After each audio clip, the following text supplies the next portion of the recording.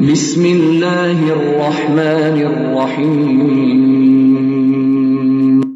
السلام علیکم ورحمۃ اللہ وبرکاتہ۔ الحمد للہ رب العالمین وصلی اللہ وسلم علی نبینا محمد وعلی آلہ وصحبہ اجمعین ومن تبعہ بإحسان الی یوم الدین، اما بعد۔ محترم حضرات، 8ویں پارے کی تفسیر کا خلاصہ آپ کی خدمت میں پیش کیا جا رہا ہے۔ 8ویں پارے کے شروع میں مشرکین کے ایک انداز کا ذکر کیا گیا کہ یہ کتنے غیر سنجیدہ تھے دین کے مسئلے میں اور نبوت کی تعلیمات کے حوالے سے۔ جب کبھی ان کے سامنے کوئی صحیح بات پیش کی جاتی، قبول کرنے کے بجائے یا تو اس پر اعتراضات کیا کرتے یا اس کو مذاق اور جوک کا ذریعہ بنایا کرتے تھے۔ تو ان کے بارے میں بتایا گیا، پہلی آیت دیکھیے آپ، وَلَوْ أَنَّنَا نَزَّلْنَا إِلَيْهِمُ الْمَلَائِكَةَ وَكَلَّمَهُمُ الْمَوْتَى وَحَشَرْنَا عَلَيْهِمْ كُلَّ شَيْءٍ قُبُلًا مَا كَانُوا لِيُؤْمِنُوا إِلَّا أَن يَشَاءَ اللَّهُ وَلَكِنَّ أَكْثَرَهُمْ يَجْهَلُونَ کہ بہت سارے لوگ ایسے ہیں، ان کی حالت یہ ہو گئی ہے غیر سنجیدہ ہونے کی کہ اگر آسمان سے ان کے لیے فرشتے نازل ہو جائیں یا قبروں سے مردے اٹھ کر کھڑے ہو جائیں یہ گواہی دینے کے لیے کہ محمد صلی اللہ علیہ وسلم جو باتیں پیش فرما رہے ہیں وہ درست ہے، حق ہے اور سچ ہے، پھر بھی وہ اس کو قبول نہیں کریں گے۔ یعنی اگر آدمی ضد اور ہٹ دھرمی پر اتر آئے تو اس کا معنی یہ ہوا کہ بڑی سے بڑی دلیل کو دیکھ کر بھی وہ قبول نہیں کرے گا، اور اگر ایک آدمی ضد اور ہٹ دھرمی کو چھوڑ دے تو بسا اوقات بہت چھوٹی سی دلیل بھی اس کے لیے مور دین نف ہو جاتی ہے، وہ کافی ہو جاتی ہے، فوری وہ اس کو قبول کر لیتا ہے۔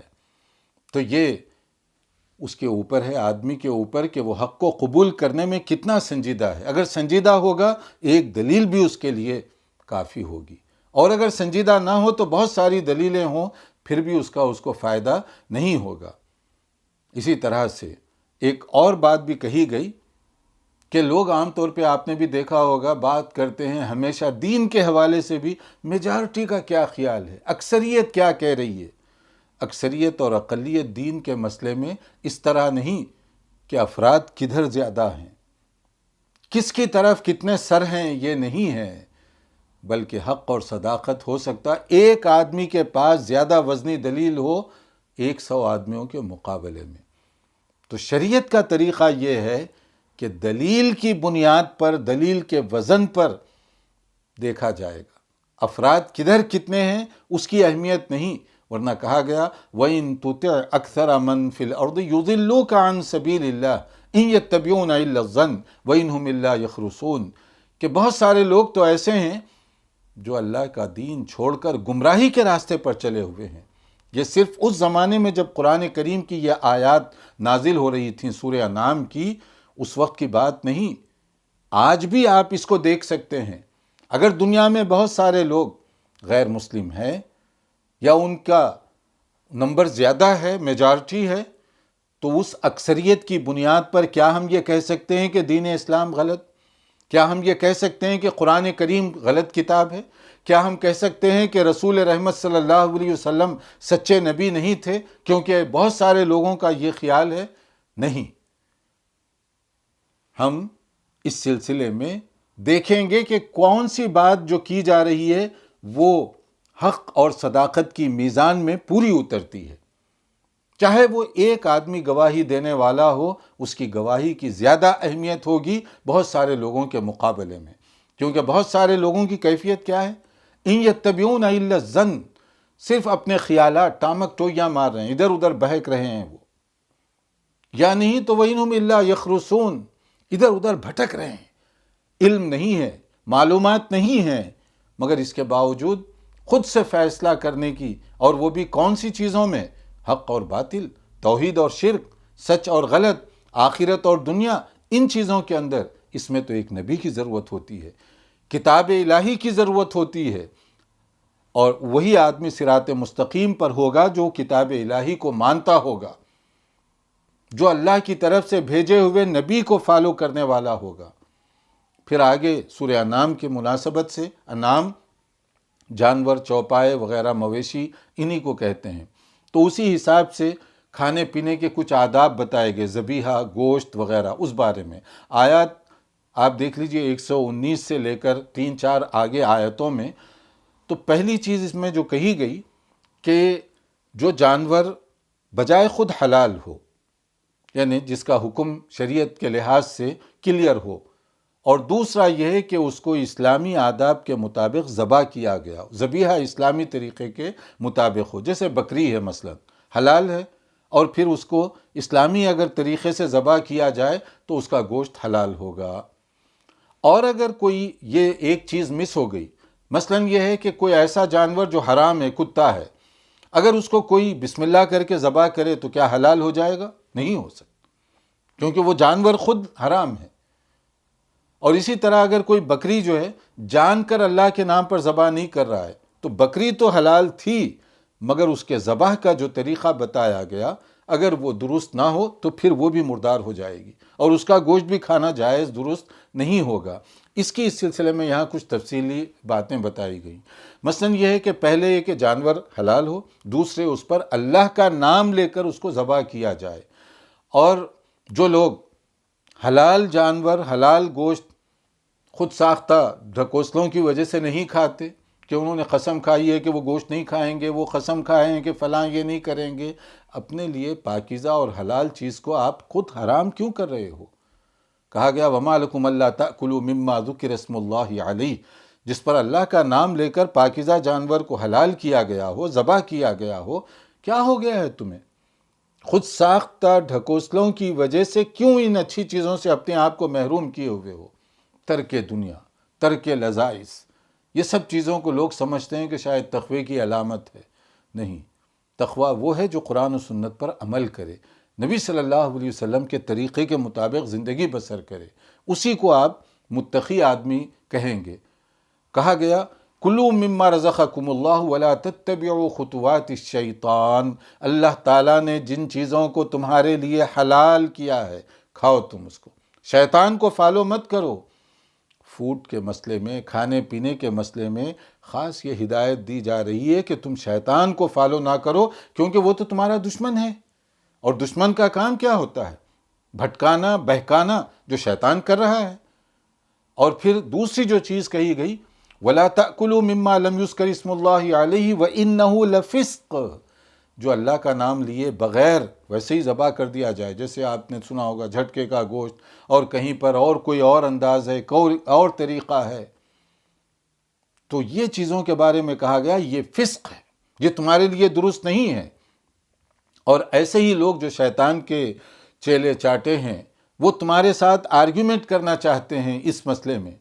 تو یہ جو گوشت کا مسئلہ ہے، گوشت کی جو انڈسٹری ہے، جب یہ آیتیں ہم پڑھ رہے ہیں، میں غیر مسلموں کی یہاں بات نہیں کر رہا ہوں، غیر مسلم جو کرتے ہیں وہ تو آپ دیکھ چکے ہیں کہ کیا کیا بیماریاں دنیا کو اپنی لپیٹ میں لے چکی ہیں، کیسی کیسی وبائی امراض کا شکار لوگ ہوئے ہیں، کیا کیا لوگ کھاتے رہے، کون کون سی چیزیں کھاتے رہے، کون کون سی چیزیں اپنے لیے انہوں نے جائز اور درست کر رکھی ہیں، اس کا نتیجہ تو دنیا دیکھ رہی ہے سامنے، کرونا وائرس اور نہ جانے کیا کیا مصیبتوں اور آفتوں کی شکل میں. لیکن ہم یہ بات کر رہے ہیں ان لوگوں کی جو خود کو مسلمان کہتے ہیں اور گوشت کی جو کاروبار وغیرہ کرتے ہیں. یہاں پر تو کچھ لوگ بہت ایمانداری کے ساتھ یہ کاروبار کرتے ہیں، بہت ایمانداری سے، لیکن ایک اچھا خاصا طبقہ بہت بڑی بے ایمانی کرنے والا بھی ہے. یعنی ایک آدمی، ایک عام کسٹمر ان کی دکان پر جاتا ہے اس خیال سے کہ یہ مسلمان ہے اور یہ جو کچھ فروخت کر رہا ہے وہ حلال ہی ہوگا، ذبیحہ ہی ہوگا، اسلامی آداب کے مطابق ہی ذبح کیا گیا ہوگا، لیکن وہ بدترین جرم کر رہا ہے. یہ اس طرح جو لوگوں کے عقیدے کے ساتھ دھوکہ بازی کرتے ہیں، یہ ڈبل مجرم ہے. ایک تو بزنس رول کے حساب سے دھوکہ بازی کرنا جرم ہے، اور دوسرے یہ کہ اس کے عقیدے اور ایمان کے ساتھ آپ کھلواڑ کر رہے ہیں. تو یہاں پر جان کر لوگ، چاہے وہ پولٹری فارم کا مسئلہ ہو، چکن کا مسئلہ ہو، مرغی وغیرہ، اور اسی طریقے سے گوشت کا مسئلہ ہو، اس میں کیا کیا دھوکے نہیں دیے جاتے اور کیسے کیسے فراڈ نہیں کیے جاتے. تو ان کو سمجھ لینا چاہیے کہ یہ ڈبل جرم کر رہے ہیں. کیونکہ وہ جو آدمی آپ کے پاس لینے کے لیے آ رہا ہے آپ کے سائن بورڈ کو دیکھ کر آ رہا ہے کہ اس نے لکھا ہوا ہے کہ یہ اسلامی طرز کے مطابق ذبح شدہ ہے، یہ حلال ہے، اس کے اوپر سیل لگی ہوئی ہے۔ اب اسے کیا معلوم کہ لوگ بعض سیلیں ایسے ہی بنا بھی لیتے ہیں، اور بعض لوگ ایسے بھی دھوکہ دیتے ہیں کہ شاید وہ سمجھتے ہیں کہ مسلمانوں کے ساتھ یہ لفظ لگا دیا جائے تو بڑی آسانی سے دھوکہ دیا جا سکتا ہے، اسی لیے بعض اوقات لوگ مچھلی پیک کرتے ہوئے بھی پکڑے گئے کہ اس کے اوپر بھی لکھا ہوا ہے حلال۔ تو یعنی مطلب کیا ہے؟ مچھلی کو اسلامی طریقے سے ذبح کیا گیا ہے، یا یہ لوگوں آپ سمجھتے ہیں کہ صرف اس کے ذریعے سے مسلمانوں کو دھوکہ دیا جا سکتا ہے؟ اس کے اندر آپ دیکھیے مغربی ممالک میں، مشرقی ممالک کے اندر، بلاد عربیہ میں کس طرح سے دھوکہ بازی ہوتی ہے، ایکسپورٹ اور امپورٹ کے جو کاروبار کیے جاتے ہیں گوشت کے، کس طریقے سے وہاں پر کھیل اور تماشے کیے جاتے ہیں، الا ماشاءاللہ۔ جیسے میں نے کہا بعض لوگ ہر جگہ ایماندار، دیانتدار، امانت دار ہوتے ہیں، لیکن ان کی تعداد بہت تھوڑی ہے۔ اور پھر اس کے بعد میں دیکھیے کہ ایک اور بات جو کہی گئی کہ دین کو سمجھنے کے لیے اللہ کی خاص توفیق کی ضرورت ہوتی ہے، اسی لیے ہمیں ہر دم دعا گو رہنا چاہیے کہ اللہ تعالیٰ کے ہاتھ میں دل ہیں، جب چاہے وہ اس کو پھیر دے، اس لیے ہمیں دعا کرتے رہنا چاہیے۔ کہا گیا فَمَن يُرِيدِ اللَّهُ أَن يَهْدِيَهُ يَشْرَحْ صَدْرَهُ لِلْإِسْلَامِ، کہ اللہ تعالیٰ جس کو چاہے اسلام کی دولت سے سرفراز کرے اس کا سینہ کھول دیتا ہے، اسلام اس کے لیے آسان بن جاتا ہے، بڑی آسانی سے وہ کنونس ہو جاتا ہے۔ مغربی ممالک کے اندر، یورپ، امریکہ وغیرہ کے اندر ایک دو نہیں، سینکڑوں ہزاروں کی تعداد میں ایسے لوگ ہیں جو کل تک بے راہ روی، الحاد کا شکار تھے، ہر قسم کی برائیاں ان کے پاس پائی جاتی تھیں، مگر اللہ نے توفیق دی، دائرہ اسلام میں داخل ہو گئے، اور ان میں سے کچھ ایسے ہیں جو دین کے بہترین داعی اور مبلغ بن کر اس وقت کام کر رہے ہیں۔ تو دونوں طرح کے لوگ ہیں، اللہ تعالیٰ کب کس کا سینہ کھول دے ہم کہہ نہیں سکتے۔ مغربی ممالک میں بلکہ مشرقی ممالک کے اندر بھی ایسے کچھ دعات، مبلغین، داعیان دین اس وقت ایسے پائے جاتے ہیں، اللہ کی توفیق دیکھیے کہ وہ دوسروں کی ہدایت کے لیے کوشش کر رہے ہیں، خود ان کے خاندان کے بہت سارے لوگ ابھی تک دائرہ اسلام میں داخل نہیں ہو سکے۔ اللہ تعالیٰ کا دین ہے، جس سے چاہے وہ کام لے لے، جتنا چاہے اس سے کام لے لے۔ اور بعض جو لوگ اسلام قبول کر رہے ہیں، بظاہر دیکھنے میں بعض بہت معمولی سی چیزیں ہیں، کوئی قرآن کریم کی ایک سورت پڑھ رہا ہے، وہ ایک سورت اس کو گرویدہ بنا لیتی ہے اور وہ اسلام قبول کرتا ہے۔ کوئی صرف جنازے کو دیکھتا ہے مسلمانوں کے ہاں مرنے کے بعد کتنے طریقے کے ساتھ اس کو غسل دیا جا رہا ہے، احترام کے ساتھ کفن پہنایا جا رہا ہے، قبر میں اتارا جا رہا ہے، یہ منظر دیکھ کر کتنے لوگ مسلمان ہو گئے۔ کچھ لوگ تو ایسے ہیں جو نماز میں صف بندی کو دیکھ کر، کیا آپ تصور کر سکتے ہیں، نماز کی صف بندی کو دیکھ کر ان کے اندر دین قبول کرنے کا جذبہ پیدا ہوا۔ اور کچھ لوگ اسلامی طہارت کے جو اصول اور قوانین ہیں ان کو دیکھ کر مسلمان ہوئے۔ اور کچھ لوگ ہمارے ہاں اسلامی دنیا کے اندر خاندانی جو نظام ہے، یعنی والدین کا احترام، بڑوں کا، چھوٹوں کا، رشتہ داروں کا وغیرہ وغیرہ، اس کو دیکھ کر مسلمان ہوئے۔ یعنی اللہ کا دین دیکھیے کہ اس کے اندر کتنی جاذبیت ہے۔ کوئی آدمی دل کی دنیا اگر کھلی رکھے تو ایک حکم بھی اس کی دنیا کو تبدیل کر سکتا ہے اور وہ دائرہ اسلام میں داخل ہو سکتا ہے۔ تو مسلمانوں کو بھی چاہیے کہ وہ یہ دین جو اللہ نے انہیں عطا فرمایا ہے اس کی قدر کریں، اس پر صحیح عمل کریں اور اس کا صحیح طور پر پرچار کرنے والے بنیں۔ پھر آیات 138 سے آگے سورہ انعام کی مناسبت سے زمان جاہلیت کے اندر جانوروں کی حلت و حرمت کا جو تصور تھا اس کے بارے میں بتائی گئی کچھ باتیں، کہ کچھ جانور ایسے تھے جن کو انہوں نے اپنے لیے حرام کر لیا، شریعت نہیں نازل ہوئی، انہوں نے اپنے طور پر حرام کر لیا تھا۔ اور کچھ جانور یا کچھ گوشت کا حصہ ایسا تھا جو عورتوں کے لیے منع کر دیا گیا کہ فلاں جانور عورتوں کے لیے جائز نہیں ہے، صرف مردوں کے لیے جائز ہے۔ یہ انہوں نے تفریق کی، اللہ تعالیٰ نے اس طرح کی کوئی بات ان کے لیے نازل نہیں فرمائی تھی۔ اور ہم بار بار یہ کہہ رہے ہیں کہ شریعت اللہ کی طرف سے نازل ہوتی ہے، حرام اور حلال کا فیصلہ اللہ رب العالمین کی طرف سے کیا جاتا ہے۔ ہم اور آپ پابند ہیں کہ اس شریعت کو جس طرح سے بتایا گیا اسی طریقے سے ہم قبول کریں۔ پھر اس کے بعد سورہ انعام کی کچھ نصیحتیں ہیں۔ یہ ہدایات ربانی ہیں، ان سے ہماری گزارش ہے ان کے بارے میں تمام معزز بھائیوں اور بہنوں سے کہ آپ قرآن کریم سورہ انعام اٹھا لیجئے، تفسیر اٹھا لیجئے، اپنے گھر میں اپنے بچوں کے ساتھ بیٹھیے، پڑھیے کہ ہمارے لیے ہدایات ربانی کیا ہیں، ہمارے لیے کون سے نصیحت کی باتیں بتائی جا رہی ہیں۔ اس کے اندر کچھ خاص باتیں بتائی گئی۔ سب سے پہلے توحید کی بات کہ تم توحید کو سمجھو، شرک سے برات کا اظہار کرو، کیونکہ مشرک کی اللہ تعالیٰ کے ہاں مغفرت نہیں ہوگی۔ شرک وہ کسی طرح سے قابل قبول نہ ہونے پائے۔ پھر اس کے بعد میں کہا گیا والدین، پیرنٹس، یہ بھی دیکھیے اللہ پر ایمان لانے کے بعد مخلوق میں والدین کا مقام کتنا اعلیٰ اور کتنا اونچا ہے، کہ اتنا اونچا ہے کہ والدین کا ذکر کیا جا رہا ہے کہ تم ان کے ساتھ حسن سلوک کرو۔ گویا والدین میرے لیے میری جنت اور دوزخ کا ذریعہ بن سکتے ہیں۔ اگر میں اطاعت کروں گا، فرما برداری کروں گا، اپنے لیے جنت کا راستہ بنا رہا ہوں، اور اگر نافرمانی کروں گا، بے ادبی اور گستاخی کروں گا، تو اپنے لیے گویا میں جہنم کا راستہ ہموار کر رہا ہوں۔ اور پھر جو لوگ اپنی اولاد کو فقر و فاقے کے ڈر سے قتل کر دیتے ہیں، زمانے جاہلیت میں ہوا کرتا تھا کہ اگر بچے زیادہ ہو جائیں تو پھر کھائیں گے کیا، لہٰذا بچپن، خاص طور پر اگر فیمیل ہو، لڑکی ہو، تو بچپن میں ہی ختم کر دو اس کو۔ یہ انداز زمانے جاہلیت کا تھا، اور یہی انداز زمانے کی ترقی کے باوجود آج بھی باقی ہے، شکل و صورت کی تبدیلی کے ساتھ، تھوڑی سی رنگ اور پالش کی تبدیلی کے ساتھ وہی مزاج آج بھی پایا جاتا ہے کہ گویا کہ دنیا کو چلانا میرے ہاتھ میں ہے، میں دنیا کو چلا رہا ہوں، اور میں جو ہے کنٹرول کر رہا ہوں، میں جس کو چاہے روزی دوں، جس کو چاہے پانی فراہم کروں۔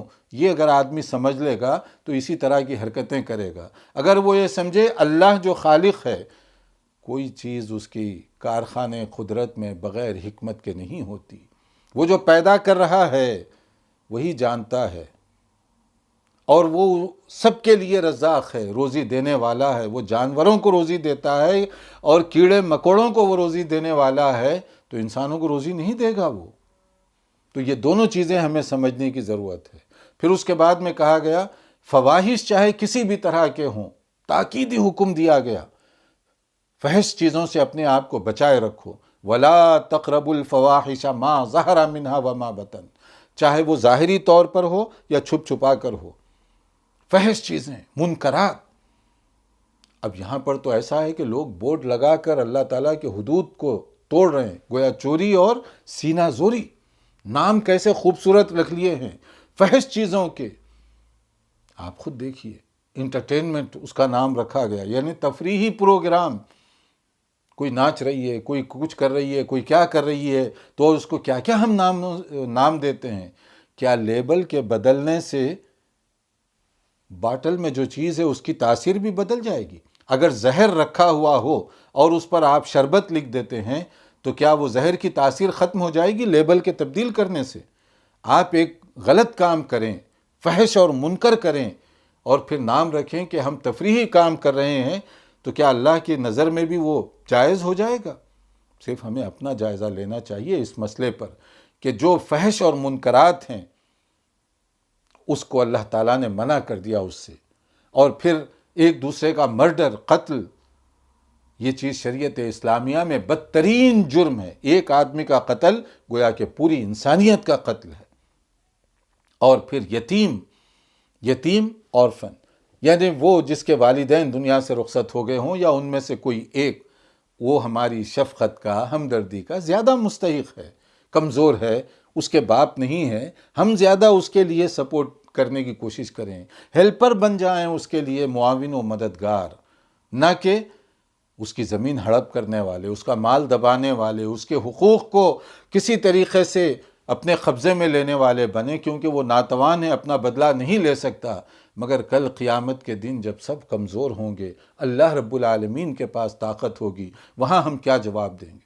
پھر ناپ تول کے بارے میں بتایا گیا کہ ایک پوری قوم، اس پر اللہ کا عذاب آ چکا ہے شعیب علیہ السلام کی قوم پر، یہ ناپ تول کے اندر دھوکہ بازی، فراڈ، چیٹنگ کرنے کے نتیجے میں۔ پھر ہمیں کہا گیا عدل و انصاف کا مظاہرہ کریں، چاہے وہ تم جانتے ہو یا جنہیں تم جانتے نہیں۔ عدل، انصاف، یہ سب کے ساتھ ہونا چاہیے۔ اور معاہدہ اگر ہو کسی کے ساتھ، کوئی اگریمنٹ ہو، تو اس کے اندر آدمی کو پوری پابندی سے اترنا چاہیے۔ پھر اس کے بعد میں کہا گیا یہ ہے اللہ کا جو دین ہے، وَأَنَّ هَذَا صِرَاطِي مُسْتَقِيمًا فَاتَّبِعُوهُ، یہ ہے اسٹریٹ پاتھ، سیدھا راستہ، صراط مستقیم جو جنت کو لے جائے گا۔ ان چیزوں پر عمل کرنے کی ضرورت ہے۔ اس کو چھوڑ کر تم صراط مستقیم کو چھوڑ کر ادھر ادھر بھٹکو گے تو پگڈنڈیوں میں بھٹک جاؤ گے، جو تمہیں جنت سے دور کر دے گا۔ وَلَا تَتَّبِعُوا السُّبُلَ فَتَفَرَّقَ بِكُمْ عَن سَبِيلِهِ، کہ تم صراط مستقیم کو اگر چھوڑ دو گے تو پھر ادھر ادھر بھٹک کر غارت اور تباہ ہو جاؤ گے، اور صحیح راستے پر تم پہنچ نہیں سکتے۔ پھر سورہ انعام کے آخر میں ایک بشارت بھی ہے کہ اگر آدمی ایک اچھا عمل کر رہا ہے تو اللہ تعالیٰ کے پاس کم سے کم 10 گنا زیادہ اس کی نیکیاں کاؤنٹ کی جائیں گی، ملٹیپلائی کر دیا جائے گا۔ اور پھر نیت اچھی ہوگی 70 گنا زیادہ، اور اگر نیت اچھی ہوگی 700 گنا زیادہ۔ پھر اللہ کے پاس تو کوئی خزانوں میں کمی نہیں، اخلاص کے مطابق ثواب دینے والا ہے۔ من جاء بالحسنۃ فلہ عشر امثالها، ایک نیکی کم سے کم 10 کے برابر کاؤنٹ کی جائے گی، بڑا چڑھا کر۔ گویا ہیلا چاہیے اللہ تعالیٰ کی مغفرت، عفو درگزر طلب کرنے کے لیے کوئی بہانہ چاہیے۔ لیکن ایک گناہ کریں گے تو 10 کے برابر نہیں کاؤنٹ ہوگا، ایک گناہ ایک کے برابر ہی۔ دیکھیے، نیکی 10 کے برابر کم سے کم، نیت اگر ہوگی تو اور زیادہ، اور اگر گناہ کسی سے سرزد ہو جائے تو اللہ غفور ہے، اللہ رحیم ہے، ایک ہی گناہ شمار کیا جائے گا۔ اور پھر اس کے بعد ایک اور چیز جو سب کے لیے ضروری ہے کہ عمل جو بھی کریں وہ خالص اللہ کی رضا کے لیے ہونا چاہیے۔ اس کے اندر کوئی ریاکاری، شوونگ آف نہ ہو، دکھاوا، نمود یہ نہ ہو۔ قل ان صلاتی ونسکی ومحیای ومماتی للہ رب العالمین لا شریک لہ وبذالک امرت وانا اول المسلمین۔ آپ اعلان فرما دیجئے کہ میری نماز، میری قربانی، میرا جینا، میرا مرنا، یہ سب کا سب اللہ رب العالمین کے حکم کے تابع ہے۔ یہ ہونا چاہیے عبادت میں، یہ روح عبادت ہے، یعنی نیت، اخلاص، صرف اللہ کی رضا، اللہ سے اجر و ثواب لینے کے لیے میں یہ کوشش کروں۔ ورنہ دنیا کیا دے گی مجھے؟ تعریف کر دیں گے تو مجھے کیا ملے گا اس سے؟ نادان ہے وہ آدمی جو نیکی دکھاوے کے لیے کرے اور اپنی نیکی کو ضائع کرے ریاکاری کے ذریعے سے۔ پھر یہیں ایک اور بات بھی کہی گئی، وَلَا تَزِرُ وَازِرَةٌ وِزْرَ أُخْرَى، قیامت کے دن کوئی کسی کا بوجھ نہیں اٹھائے گا۔ یہ جو عام طور پر ایڈورٹائزمنٹ لوگ کرتے ہیں کہ فلاں بزرگ، فلاں پیر، فلاں شیخ، فلاں اسکالر اپنے مریدوں کو جنت میں لے جائیں گے، وہاں کیا ہوگا کس کو معلوم؟ کون جنت کا مستحق ہوگا، کون نہیں ہوگا، یہاں کیسے کہا جا سکتا ہے؟ وہ تو وہاں فیصلہ ہوگا۔ لیکن یہ دھوکہ دینے کا انداز ہے، کوئی کسی کا بوجھ نہیں اٹھائے گا، ہر ایک کو انفرادی طور پر اللہ کے سامنے کھڑا کر دیا جائے گا۔ وہاں ہر شخص اپنے اعمال کا حساب و کتاب دینے والا ہوگا۔ اس لیے آدمی کو چاہیے کہ پاکیزہ زندگی گزارے، اللہ کی رضا حاصل کرنے کی وہ کوشش کرے۔ اس کے بعد سورہ اعراف ہے۔ سورہ اعراف کے شروع میں آیت نمبر 3 میں ایک حکم دیا جا رہا ہے کہ اتباع کس کی کرنی چاہیے اور کیسے۔ اتبعوا ما انزل الیکم من ربکم ولا تتبعوا من دونہ اولیاء قلیلا ما تذکرون۔ تم اتباع کرو جو کچھ کہ اللہ کی طرف سے نازل کیا گیا، یعنی اللہ کے احکام اور رسول اللہ صلی اللہ علیہ وسلم کی۔ ان کے مقابلے میں کوئی ولی، کوئی دوست، کوئی بزرگ نہیں ہو سکتا جس کی ہم اس طرح سے اتباع کریں۔ اللہ اور اس کے رسول کی جو باتیں ہیں بغیر کسی شرط اور ہیلے کے اس کو قبول کرنا اور اس پر چلنا ضروری ہے، اور اس کو چھوڑ کر اس کے مقابلے میں اولیاء پرستی یا کوئی اور پرستی میں آدمی مبتلا ہو جائے تو وہ راہ راست سے بھٹک جائے گا۔ پھر اس میں ایک اور بات جو بتائی گئی کہ شیطانی تکبر، دیکھیے تکبر، گھمنڈ، غرور، ایروگین، یہ چیزیں ایسی ہیں جو اللہ کو سخت ناپسند ہیں۔ شیطان کے اندر یہ بیماری ہے، تکبر کرنے والی، گھمنڈ کرنے والی بیماری، حتیٰ کہ آدم علیہ السلام کے سامنے سجدہ کرنے سے اس نے انکار کر دیا۔ جب اس سے پوچھا گیا تو اس نے کیا کیا؟ ریزن بتایا، اور ریزن کیا کہتے ہوئے؟ انا خیر منہ، میں آدم سے بہتر ہوں، میں کیوں سجدہ کروں آدم کے آگے؟ تو کیوں بہتر ہیں؟ تو اس کی دلیل دے رہا ہے اللہ رب العالمین کی بارگاہ میں، خلقتنی من نار وخلقتہ من طین، کیونکہ تو نے مجھے آگ سے بنایا اور اسے مٹی سے بنایا۔ تو شیطان کے ہاں جو دلیل ہے اس اعتبار سے آگ کا مقام زیادہ ہے اور مٹی کا کم ہے، حالانکہ یہ دلیل بھی غلط ہے، مگر یہ شیطانی دلیل ہے۔ دے کہاں رہا ہے دلیل، اور کس کے حکم کی سرتابی وہ کر رہا ہے، یہ ذرا غور کیجئے۔ تو تکبر اور گھمنڈ یہ شیطانی صفت ہے، اللہ تعالیٰ کو یہ سخت ناپسند ہے۔ تکبر اور گھمنڈ کی وجہ سے انسان حق کا انکار کر سکتا ہے، تکبر اور گھمنڈ کی وجہ سے انسان کیا کیا غلط حرکتیں کر سکتا ہے، وہ اس تناظر میں آپ اس کو دیکھیے اور سمجھیے۔ بعض لوگ کہتے ہیں میرے پاس بھی دلیل ہے، ان کے پاس بھی دلیل ہے۔ دلیل ہونا کافی نہیں، شیطان بھی تو دلیل ہی دے رہا ہے نا۔ دلیل کا درست ہونا، ثبوت کا مضبوط ہونا، یہ الگ چیز ہے، دلیل ہونا الگ چیز ہے، دونوں میں بہت بڑا فرق ہے۔ پھر اس کے بعد کیا کہا گیا؟ اس کے لیے وہ راندے درگاہ ہوا، اللہ تعالیٰ کی بارگاہ سے اس کو دھتکار دیا گیا۔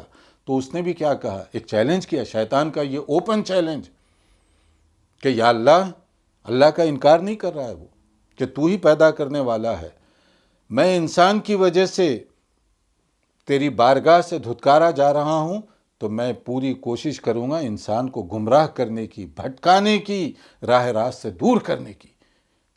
رائٹ سے آؤں گا، لیفٹ سے آؤں گا، آگے سے آؤں گا، پیچھے سے آؤں گا، تاکہ زیادہ سے زیادہ اس کو گمراہ کروں۔ تو اللہ نے کیا فرمایا؟ قال اخرج منها مذءوما مدحورا، ذلیل ہو کر نکلو تم یہاں سے، تمہیں اور جو تمہیں فالو کرے گا ان سب سے جہنم کو بھر دیا جائے گا۔ اب جو لوگ شیطان کے پیچھے لگے ہوئے ہیں گویا وہ جہنم کا ایندھن بننے والے ہیں، فیول آف ہیل فائر۔ اور اس کے مقابلے میں آدم علیہ السلام کے انداز کو دیکھیے، شکر گزاری اور اللہ کے آگے تواضع اور انکساری، عجز و انکساری، یہ انبیاء کرام کی صفت رہی ہے۔ جیسے حضرت آدم سے وہ ایک جو خطا ہو گئی تھی، جس درخت سے ان کو منع کیا گیا، وہاں وہ پہنچے، تو اس کے بعد جب ریئلائز ہوا تو انہوں نے جو دعا کی، یہ دعا سورہ اعراف کی آیت نمبر 23 میں ذکر کی گئی ہے، نوٹ فرما لیں۔ کیا کہا گیا؟ قال ربنا ظلمنا انفسنا وان لم تغفر لنا وترحمنا لنکونن من الخاسرین، کہ دونوں نے دعا کی، یا اللہ ہم سے گناہ ہوا، ہم نے غلطی کی، ظلم کیا ہم نے، اور اگر تو معاف نہ کرے تو ہم گھاٹے میں ہوں گے، نقصان اٹھانے والوں میں ہوں گے۔ پہلے اپنی غلطی کا اعتراف، بھول چوک اور مسٹیک کا اعتراف، یہ عجز و انکساری انبیاء کرام کا طریقہ، اللہ تعالیٰ نے یہ دعا ان کی قبول فرمائی۔ یہاں ایک دلچسپ چیز بھی ہے، اس لیے میں یہ آیت کا خاص طور پر آپ کو ذکر کر رہا ہوں، آیت 23 سورہ اعراف، کیونکہ ہمارے ہاں آدم علیہ السلام کی دعا کے بارے میں نہ جانے کیا کیا قصے، من گھڑت کہانیاں لوگوں میں عام کر دی گئیں۔ انہوں نے وہ کچھ دیکھا، وہ فلاں کا واسطہ لیا، فلاں کا وسیلہ لیا، اس کے ذریعے سے دعا کی۔ پڑھیے قرآن، جس کے اندر صاف بتایا جا رہا ہے کہ انہوں نے دعا میں کیا الفاظ استعمال کیے۔ کیا قرآن مجید کی اس شہادت کے بعد پھر کوئی اور ادھر ادھر کے قصے اور کہانیوں کی ضرورت ہے کہ آدم علیہ السلام نے کس کا واسطہ لیا، کیسا وسیلہ لیا اور اس کے بعد ان کی دعا قبول ہوئی؟ یہ کہانیوں کو چھوڑیے، آئیے قرآن و سنت کی طرف۔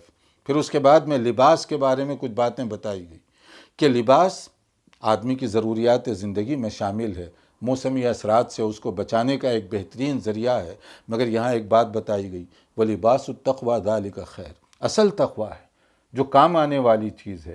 لباس تو آدمی اپنی ضرورت کے حساب سے پہنتا ہے اور اس کی اجازت دی گئی اسلام میں سوائے چند بنیادی شرطوں کے۔ اور پھر اس کے بعد میں یہ کہا گیا کہ یہ جو چیزیں ہیں، لباس، مناسب لباس پہننا، یہ اسلامی آداب کے خلاف نہیں بلکہ سنت کے مطابق ہے۔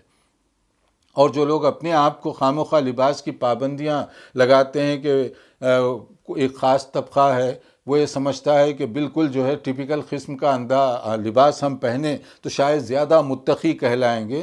تقوی کا تعلق اس کے ساتھ نہیں ہے. تقوی کا تعلق تقوی کے ساتھ، اور تقوی دل اور دماغ اس کی کیفیت کا نام ہے. تو اس لیے کہا گیا یا بنی آدم خذوا زینتکم عند کل مسجد. خاص طور پر نماز کے بارے میں کہا جا رہا ہے کہ تم زیب و زینت کا اہتمام کرو. یہ بھی عجیب بات ہے کہ لوگ آپ دیکھے ہوں گے باہر محفلوں میں جا رہے ہیں تو خوب بناؤ سنگار وغیرہ کر کے، اور جب اللہ کی بارگاہ میں کھڑے ہونے کے لیے جاتے ہیں کوئی اہتمام تک نہیں کرتے. حتیٰ کہ گھر میں نماز پڑھ رہے ہیں بنین کے ساتھ، الماری بھری ہوئی ہے کپڑوں سے، سستی اتنی کہ کون کپڑے اٹھائے کون پہنے. اگر اچانک اتنی میں کوئی باہر سے آئے دستک دے اور کہا جائے کہ آپ کے فلاں دوست ملنے کے لیے آئے ہیں، آپ کہتے ہیں ٹھہر جاؤ کپڑے بدل کر آؤں گا. کیا معنی ہوا اس کا؟ یعنی وہ لباس جو پہن کر اللہ کی بارگاہ میں تم کھڑے تھے وہ اس قابل نہیں ہے کہ دوست کے سامنے اسی لباس سے چلے جاؤ، اس لیے بدل کر وہاں جانا چاہتے ہو. کبھی سوچا رب العالمین کے آگے پیش ہوتے ہوئے بھی ہمیں کچھ اہتمام کرنا چاہیے، کچھ صحیح ڈھنگ کا تو لباس پہننا چاہیے. اور دوسری جو چیز کہی گئی وَكُلُوا وَاشْرَبُوا وَلَا تُسْرِفُوا إِنَّهُ لَا يُحِبُّ الْمُسْرِفِينَ. کھانے پینے کی اجازت دی گئی مگر اعتدال کے ساتھ. اسراف، فضول خرچی، اس کو اللہ تعالیٰ نہیں پسند فرماتا.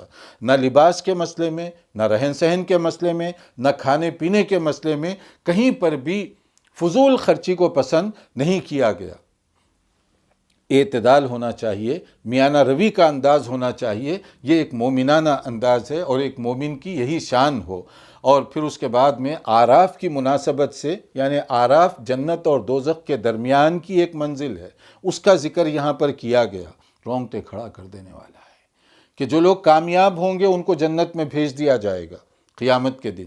جو ناکام ہوں گے کون؟ الذین اتخذوا دینہم لہوا ولعبا وغرتہم الحیات الدنیا. جو دین کو مذاق جوک کا انداز بنا رہے تھے اور دنیا میں مگن رہے، آخرت کو بھول گئے. آخرت کو بنانے کے لیے کوئی عمل نہیں کیا، وہ جہنم میں چلے جائیں گے. اور کچھ لوگ ان بٹوین ابھی ٹھہرے ہوئے ہوں گے جن کا فیصلہ ابھی نہیں ہوا درمیان میں. اب وہ ایک نظر دیکھ رہے ہیں جنت کی طرف، خواہش کر رہے ہیں بار الہا ہمیں بھی جنتی بنا دے. دوسری طرف دیکھ رہے ہیں تو پناہ مانگ رہے ہیں کہ یا اللہ جہنم کے عذاب سے بچا لے. اب ان کا فیصلہ ہونا باقی ہے. وہاں جو فیصلہ ہوگا انصاف کے ساتھ، اس کے نام اعمال کی بنیاد پر، کیا کچھ وہ دنیا میں کرتا رہا اسی کی بنیاد پر. دین کا مذاق، احکام الہی کا مذاق، شریعت اسلامیہ کا جوک، وہ جو کرنے والے ذرا سوچ لیں کہ وہاں ہمارا ٹھکانہ کس طرح ہوگا. اور پھر اس کے بعد دعا کے سلسلے میں کچھ آداب بتائے گئے. ان میں ایک خاص چیز جو سورہ اعراف کی آیت 55 میں ہے، ادعوا ربکم تضرعا وخفیہ، کہ تم اللہ تعالیٰ سے دعا کرو، مانگو، اللہ کی بندگی کرو. کیسے؟ عجز و انکساری کے ساتھ، خفیہ طریقے سے. یعنی دکھاوا، ریاکاری، نمود، شوونگ آف نہ ہو اس کے اندر. خلوص کے ساتھ تم دعا کرو. وہ رب العالمین ہے. اسی لیے حدیث میں جو آداب بتائے گئے دعا کے، اس کو بھی آپ ذہن میں رکھیے. دعا دو طرح کی ہوتی ہے. ایک دعا روٹین کے طور پر آدمی کرتا ہے اور ایک دعا عبادت کے طور پر کرتا ہے. دونوں میں بڑا فرق. روٹین ایک کلچر بنا ہوا ہے، اسی طرح سے آدمی کر لیتا ہے. بعض اوقات الفاظ سمجھے بغیر اس کی زبان سے نکل رہے ہیں، اس کے اندر ایکٹنگ زیادہ ہو رہی ہے، اس میں چیخ و پکار کا انداز زیادہ ہو رہا ہے، اس میں روحانیت نہیں ہے. اور آج کل تو خیر سے دعاؤں کے اندر بھی لوگ کاپی کرنے لگ گئے، کیونکہ کاپی پیسٹ کا زمانہ ہے. تو دعاؤں کے اندر بھی جہاں امام حرم کی آواز کھڑکھڑا گئی، آپ کی بھی کھڑکھڑا گئی. جہاں رقت ان پر طاری ہوئی، آپ نے بھی وہی ایکٹنگ کی. جہاں الفاظ ان کے جو نکلے، آپ بھی اسی طرح سے. جہاں آواز بھرا گئی، آپ بھی وہی کر رہے ہیں. دیکھیے اچھی چیزوں میں کاپی کرنا منع نہیں ہے، لیکن دعا کا تعلق دل اور دماغ کے ساتھ، کہ آپ سمجھیے کہ میں کیا مانگ رہا ہوں، کس سے مانگ رہا ہوں، کیسے مانگ رہا ہوں. اس حساب سے اگر دعا کریں گے تو یہ دعا عبادت میں ڈھل جائے گی.